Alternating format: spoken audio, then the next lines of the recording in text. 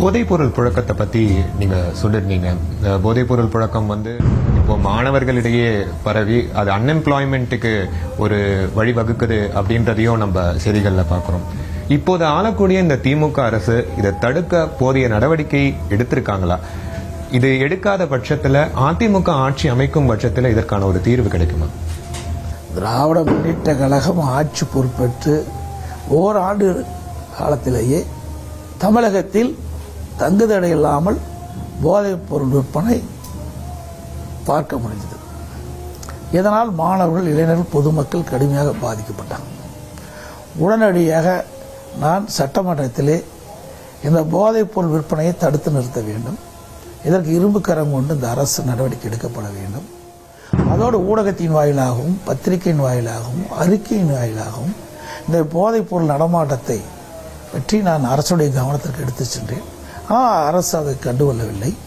இதனால் இன்றைய தினம் இன்றைக்கு பாலியல் சீண்டல் அதிகமாக இருக்கின்றன. பெண்கள் கடுமையாக பாதிக்கப்பட்டிருக்கிறாங்க.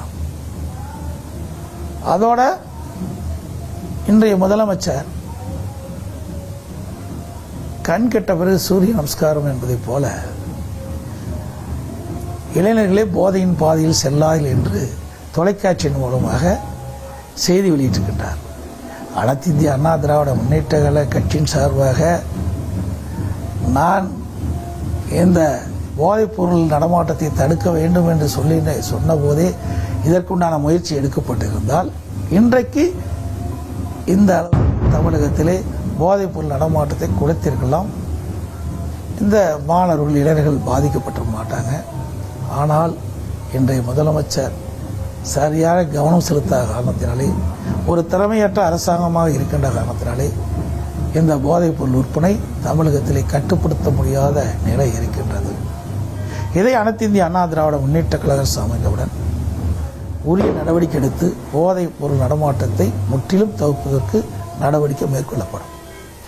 மதசார்பற்ற அரசுன்னு திமுக தன்னை நிலைநிறுத்திக்கிறாங்க. பட் ஆனால் ரீசெண்ட் டைம்ஸ்ல நம்ம பார்த்தோம்னா சாதி ரீதியான பிரச்சனைகளா இருக்கட்டும், ஆணவ கொலையா இருக்கட்டும், சட்டம் ஒழுங்கு தொடர்பாக கஸ்டோடியல் டெத்ஸா இருக்கட்டும், இது தொடர்ந்து ரைஸ்ல இருக்கிறத நம்ம செய்திகள்ல பார்க்கணும். இது இதற்கான காரணங்கள் என்னவா இருக்குங்க? திராவிட முன்னேற்ற கழக அரசு ஒரு திறமையற்ற அரசு. நிர்வாக திறமை இல்லாம இந்த ஆட்சி நடந்துட்டு இருக்குது. எப்பொழுதும் திராவிட முன்னேற்ற கழகம் இரட்டை வேடம் போடுகின்ற கட்சி. இன்றைக்கு திராவிட முன்னேற்ற கழக ஆட்சி அமைந்த பிறகு சமூக நீதி தமிழகத்திலே மறுக்கப்பட்டு விட்டது. இன்றைக்கு திண்டிவனம் பகுதியில் ஒரு நகராட்சியில் ஒரு நடந்த சம்பவம். நகராட்சியில் ஒரு ஜூனியர் அசிஸ்டன்ட் பணிபுரிந்திருக்கிறார். அவர் பட்டியலினத்தைச் சேர்ந்தவர். அவரை நகராட்சி ஆணையாளர் அறைக்கு வர சொல்லி அந்த அறையில் ஒரு திமுக பெண் கவுன்சிலர் அமர்ந்திருக்கின்றார். அவர் காலிலே விழுந்து மன்னிப்பு கேட்க வைத்த காட்சி தொலைக்காட்சியிலே பார்த்தோம். அந்த அதிகாரி ஒரு பட்டியலத்தைச் சேர்ந்த அதிகாரி என்ற ஒரே காரணத்திற்காக அவர்களுக்கு இந்த அநீதி இழைக்கப்பட்டிருக்கின்றது. அதே போல சேலம் மாவட்டம் மேட்டூர் நகராட்சிக்கு உட்பட்ட பகுதியில் ஒரு அரசு விழா நடைபெற்றது. அந்த அரசு விழாவிலே சேலம் மாவட்டத்தைச் சேர்ந்த மாவட்ட அமைச்சர் கலந்து கொள்கிறார், உயரதிகாரிகள் கலந்து கொள்கிறார்கள். அந்த நிகழ்ச்சியிலே நகரமன்ற துணைத் தலைவர் மாவட்ட அமைச்சர் அருகில் அமர்ந்திருக்கின்றார். நகரமன்ற தலைவர் பெண்மணி, அவர் பட்டியலத்தைச் சேர்ந்தவர். அவர் பின்வரிசையில் நின்று கொண்டிருக்கின்றார்.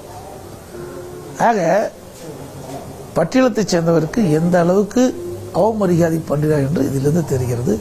ஆக இந்த ஆட்சியில் சமூக நீதி என்ற மக்களுக்கு கிடையாது. சமூக நீதி என்று சொல்லுவதே வாய் அளவில் தான் சொல்றாங்க, நடைமுறையில் அல்ல. இது அன்றாடம் நிகழ்ந்த நிகழ்வு. அதே போல ஆணவ கொலைகள் தொடர்ந்து நடந்துகிட்டு இருக்குது. இது ஒரு செயலற்ற அரசாங்கம். ஏதாவது ஆணவ கொலை நடைபெற்று சொன்னால் அதுக்கு உரிய முறையில் விசாரணை மேற்கொள்ளப்பட்டு நடவடிக்கை எடுத்தால் இந்த நிகழ்வு தொடராது இருக்கும். இன்றைய ஆட்சியாளர்கள் பொறுத்த வரைக்கும் சட்ட ஒழுங்காக இருந்தாலும் சரி, இப்படிப்பட்ட சம்பவங்களாலும் சரி, அதையெல்லாம் கண்டுகொள்வதில்லை. ஏனென்றால் நம்ம ஆளுங்கட்சி சேர்ந்தவர்கள் இன்றைக்கு அரசியல் தலையீடு அதிகமாக இருக்கின்ற காரணத்தில் இப்படிப்பட்ட நிகழ்வுலாம் நடந்து கொண்டிருக்கின்றோம் தமிழகத்திலே. காலம் காலமா தமிழகத்துல இரு திராவிட கட்சிகள் தான் மீண்டும் மீண்டும் ஆட்சிக்கு வந்திருக்காங்க. புரட்சித் தலைவி ஜெயலலிதா அவர்களுடைய மறைவுக்கு பிறகு கூட பல இக்கட்டான சூழ்நிலையில கூட எலெக்ஷன்ஸை சந்திக்கும் போது அதிமுகவோட அந்த கோர் ஓட் பேங்க் அப்படிங்கிறது மெஜாரிட்டியா பாதித்தது இல்லை.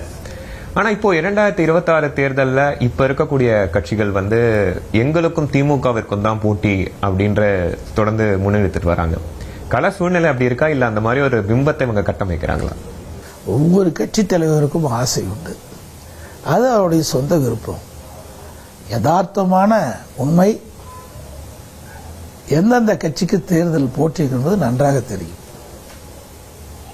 தமிழ்நாட்டு மக்கள் மிகுந்த கூர்மையானவர்கள், சிந்திக்கக்கூடியவர்கள்.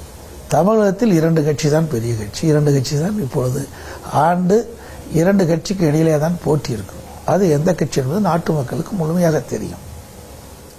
அதோடு அனைத்து இந்திய அண்ணா திராவிட முன்னேற்ற கழகத்தை பொறுத்த வரைக்கும் சுமார் 31 ஆண்டுகளும் தமிழகத்தில் ஆட்சி புரிந்த கட்சி. அதிமுக ஆட்சி காலத்தில் தான் தமிழகம் இந்தியாவிலேயே சிறந்த மாநிலம் என்ற பெயர் பெறுகின்ற அளவுக்கு திட்டங்களை கொண்டு வந்து அதனால் மக்கள் ஏராளமான நன்மைகளை பெற்றிருக்கின்றார்கள். ஆகவே நாங்கள் மக்களை சந்திக்கின்ற பொழுது தெளிவாக இதை எடுத்துச் சொல்லுகின்றோம். அதே வேளையில் திராவிட முன்னேற்ற கழகம் 4 ஆண்டு கால ஆட்சியிலே இன்றைக்கு எந்த ஒரு பெரிய திட்டத்தை கொண்டு வரவில்லை. இன்றைக்கு மக்களோட ஆட்சி இன்றைக்கு தமிழகத்தில் நடைபெற்றுக் கொண்டிருக்கின்றது. சட்ட ஒழுங்கு சீர்குலைவு, பாலியல் கொடுமைகள், இன்றைக்கு பல்வேறு போராட்டங்கள், விவசாயிகள் போராட்டம், அரசு ஊழியர்கள் போராட்டம், இப்படி பல தரப்பிலிருந்தும் போராட்டத்தை இந்த அரசு சந்தித்துக் கொண்டிருக்கின்றது. இன்றைக்கு மக்கள் செல்வாக்கு இழந்து விட்டிருக்கின்றது. ஆகவே நடைபெறுகின்ற 2026 சட்டமன்ற தேர்தலில் அனைத்து இந்திய அண்ணா திராவிட முன்னேற்ற கழக தலைமையில் அமைக்கப்பட்ட கூட்டணி சுமார் 210 இடங்களில் வெற்றி பெறும். பெரும்பான்மையோடு அனைத்து இந்திய அண்ணா திராவிட முன்னேற்ற கழகம் ஆட்சி அமைக்கும்.